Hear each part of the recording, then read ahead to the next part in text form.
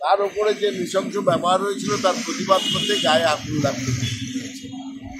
তারপরে তো একটা দুটো এইসব অ্যারেস্টের কথা বলছে, কিন্তু তার থেকেও চিন্তাজনক ঘটনা হচ্ছে যে উড়িষ্যার পুলিশ প্রধান যে কেস ফাইল করেছে, আমরা জানতে পেরেছি, আপনারাও জানতে পেরেছে, যে ছাত্রীটিকে কারা উস্কালো গায়ে আগুন দেওয়ার জন্য, ঠিক এইভাবে বলা হয়েছে তাদেরকে আগে গ্রেপ্তার করতে হবে। মানে ছাত্রীটির কোন ঘটনার জন্য সে বাধ্য হলো গায়ে আগুন দিতে, সেটা গৌণ।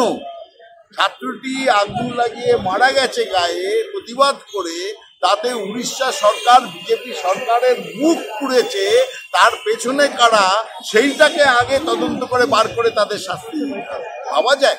এই হচ্ছে বিজেপির আসল রূপ। যে মূল ঘটনা ছাত্রীটির কষ্ট, মহিলাদের কষ্ট, মহিলাদের সুরক্ষা, তার থেকে বড় কথা হচ্ছে রাজনৈতিকভাবে নিজেদেরকে কিভাবে বাঁচানো যায়। আমরা তীব্র নিন্দা করছি এবং আমি বিজেপির পশ্চিমবঙ্গের নেতাদের বলছি, যদি আপনাদের কখনো কোথাও আঙুল তুলতে হয় আগে নিজেদের দিকে আঙুল তুলুন। ডবল ইঞ্জিন সরকারগুলো ক্রাইম রেকর্ড গুলো দেখলেই বোঝা যায় মহিলা নিগ্রহ, মহিলাদের উপর অত্যাচারের সব থেকে বেশি ঘটনা আপনাদের এই ডবল ইঞ্জিন সরকার রাজ্যগুলোতে হয়। সেই দিকে নজর দিন।